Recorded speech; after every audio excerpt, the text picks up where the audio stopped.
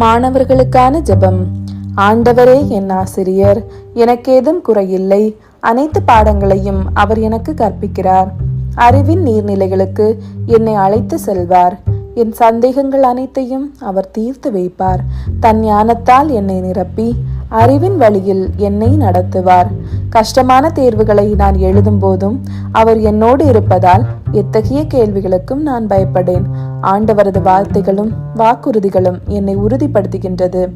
மிகவும் கடினமான பாடத்தை கூட அவர் எனக்கு எளிதாக்கி மாற்றிடுவார்.